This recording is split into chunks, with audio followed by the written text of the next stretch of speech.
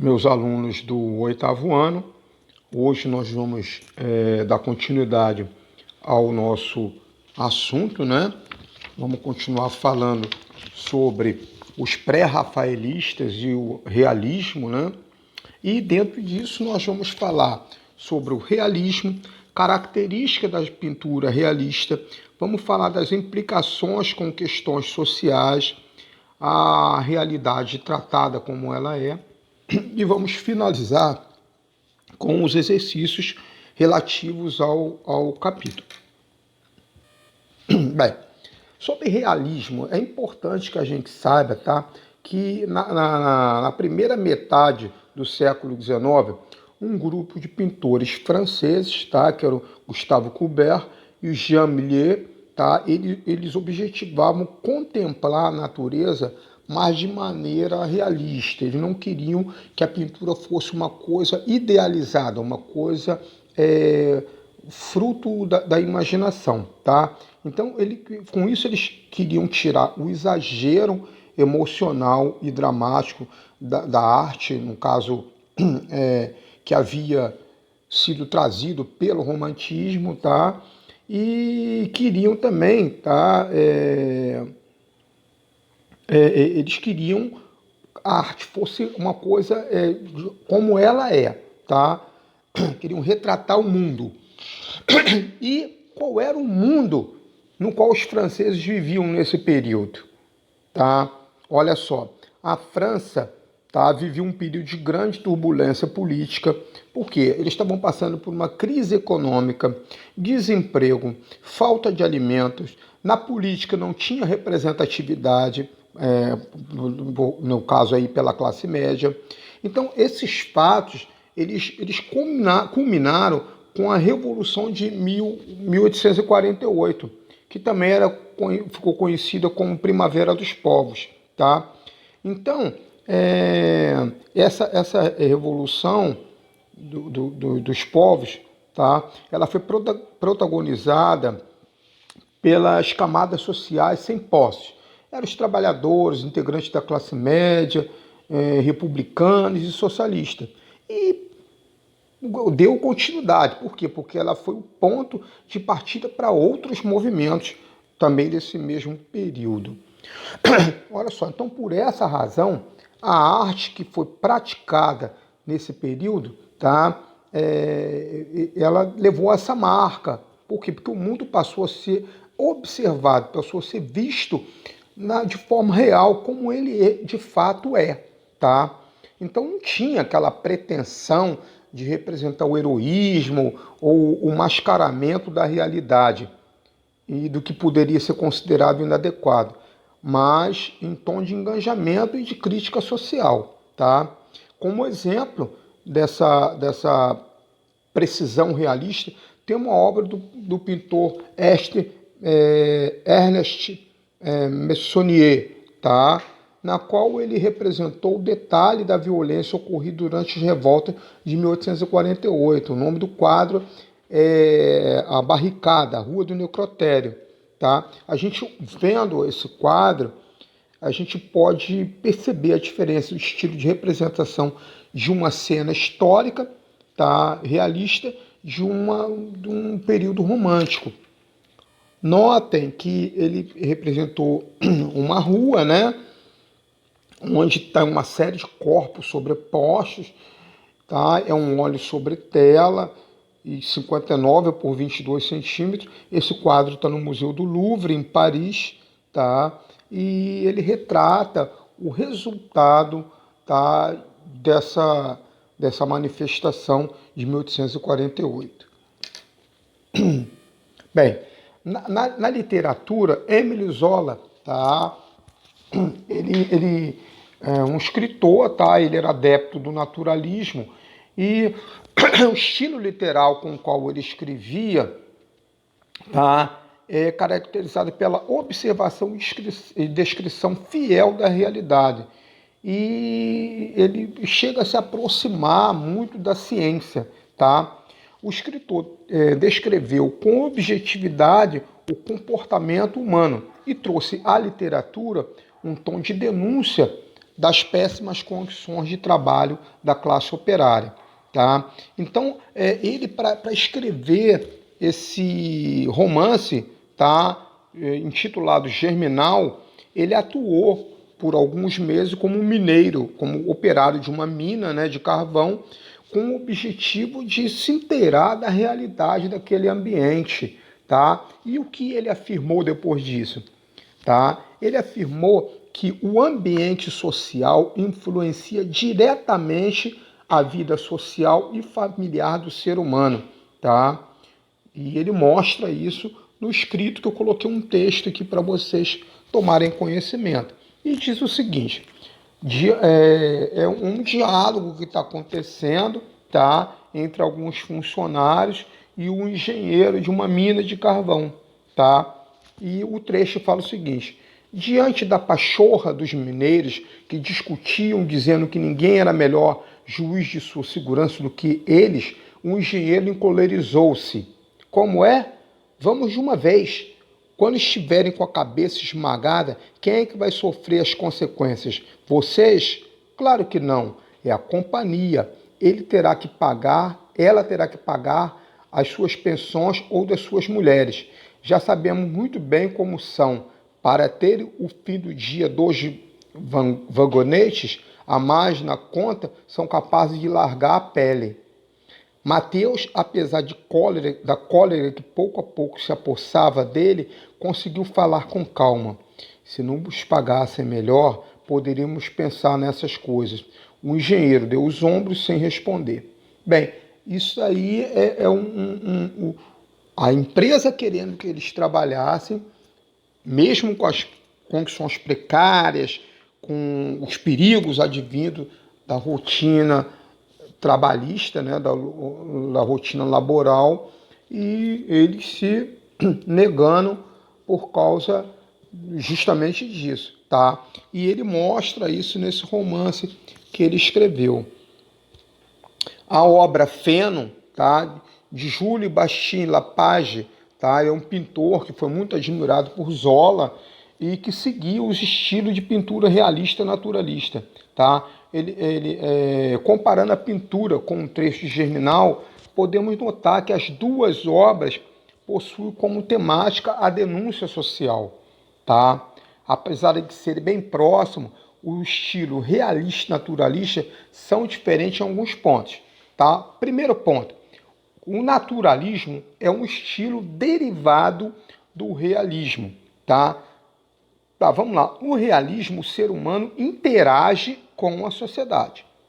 Tá? No naturalismo, ele é retratado como um produto social, ou seja, o ser humano é resultado da sociedade, de seus vícios e de suas virtudes. Tá? Então, na literatura brasileira, um exemplo clássico de literatura naturalista é o romance O Cortiço, de Aloysio Azevedo.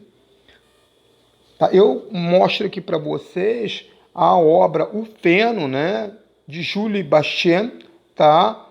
Que é um óleo sobre tela de 160 centímetros, 195, está no Museu d'Orsay, em Paris, na França, e nós vemos aí a precariedade do ambiente de trabalho, no caso aí um ambiente rural. Parece, a gente entende que os trabalhadores estão no seu momento, deve ser um momento de descanso, do almoço, alguma coisa, e eles estão deitados no chão, a senhora sentada no chão, não tem um ambiente acolhedor, não tem um ambiente com uma sombra, né? E eles estão fazendo uso do seu horário de repouso nessas condições precárias. Tá? Quais as características da pintura realista? Vamos lá, uma delas era o olhar para os trabalhadores. A pintura realista, tá? No caso dos trabalhadores rurais, eles já haviam sido retratados em outros movimentos artísticos anteriores ao realismo. Porém, é somente nesse movimento que o trabalho passa a ser verdadeiramente o tema da pintura. Tá? Então, o realismo ele inovou a maneira como os trabalhadores passaram a ser retratados.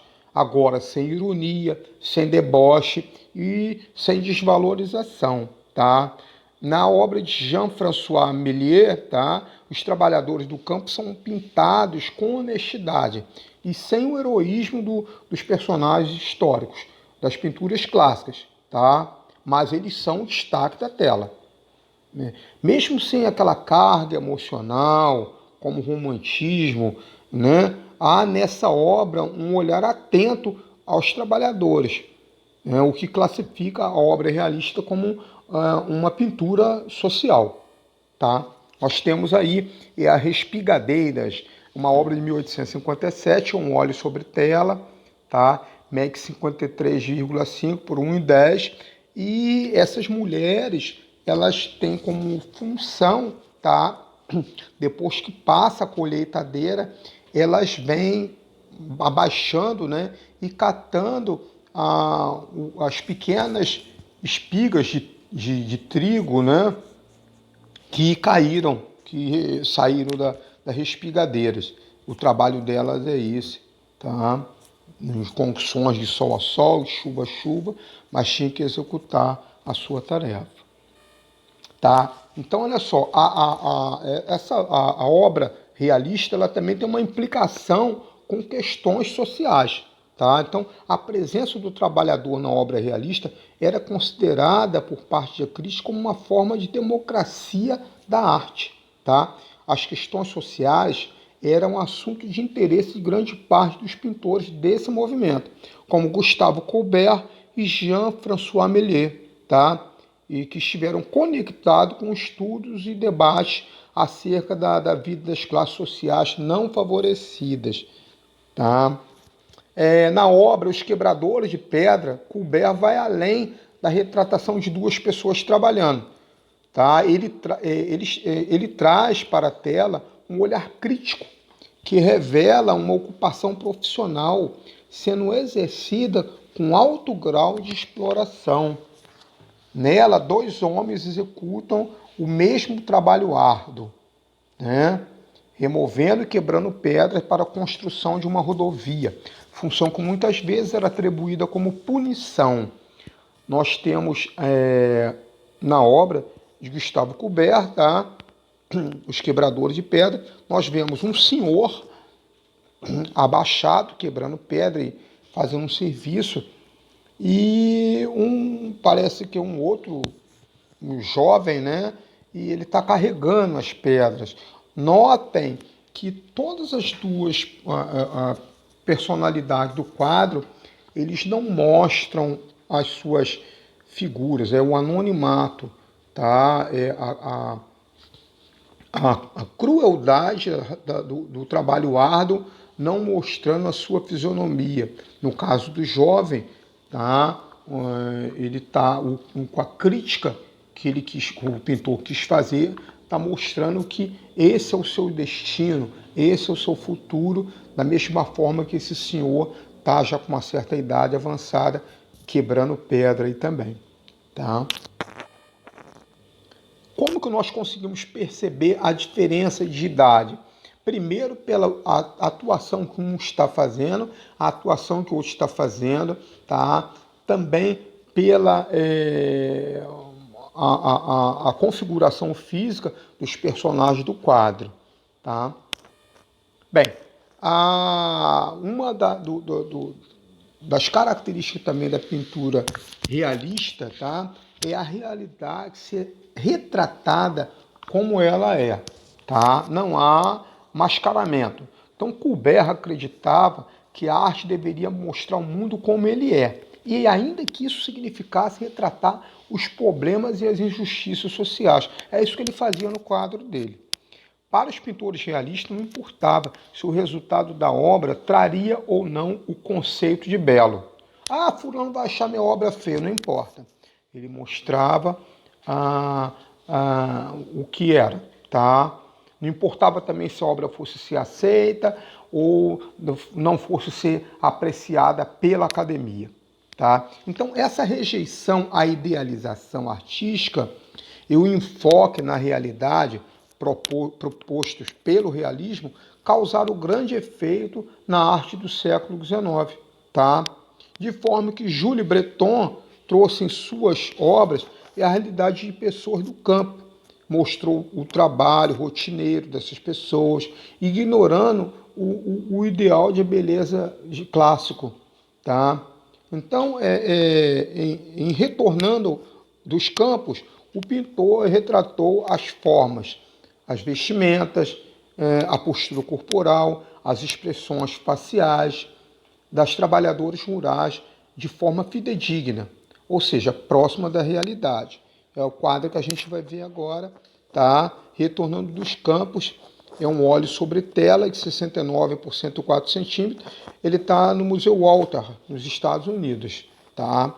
Vemos aí a precariedade do trabalho rural, expresso aí pela simplicidade das roupas, pelo pé no chão, né, das trabalhadoras rurais, né, e se apoiando entre si. Bem, eu gostaria, tá, de fazer uma correção do trabalho que ficou marcado na aula passada. Com base em nossa aula, realize a atividade da página 32. O que a página 132 está pedindo? Com base em nossa aula, realize a atividade do final da página 132. O que pede essa atividade? O pré-rafaelismo foi um movimento artístico inspirado na arte medieval e que buscava uma arte pura. Assim, os pintores pré-rafaelistas ocupavam-se exclusivamente de cenas mitológicas.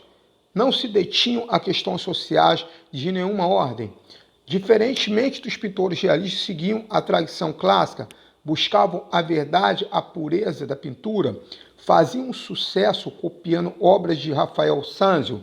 Bem, olha só, para a gente responder essa pergunta, é importante a gente voltar lá na página 129, que tem um trechinho lá no alto da página que está dando essa resposta. O que ela fala? Para os pré-rafaelistas, a obra de Rafael foi responsável pela perda da sinceridade e da autenticidade da arte, uma vez que o artista renascentista reforçava a busca pela beleza e a idealização da natureza. Então, a resposta correta é a letra D. Eles buscavam a verdade. Rafael, para atingir o belo, ele sacrificou a verdade. Então, os pré-rafaelistas, tá? Eles queriam justamente isso, a busca da verdade na arte. Eles não queriam uma arte linda, maravilhosa e que não retratasse a verdade, tá? Então, a resposta é a letra D, em atenção ao que fala a página 129. Bem, então, com base nessas nossas aulas, tanto a aula anterior como a aula de hoje, eu vou pedir a vocês, tá, para realizar as atividades que estão entre a página 137 e a página 140. Por hoje é só. Muito obrigado e até a próxima aula. Um abraço para vocês.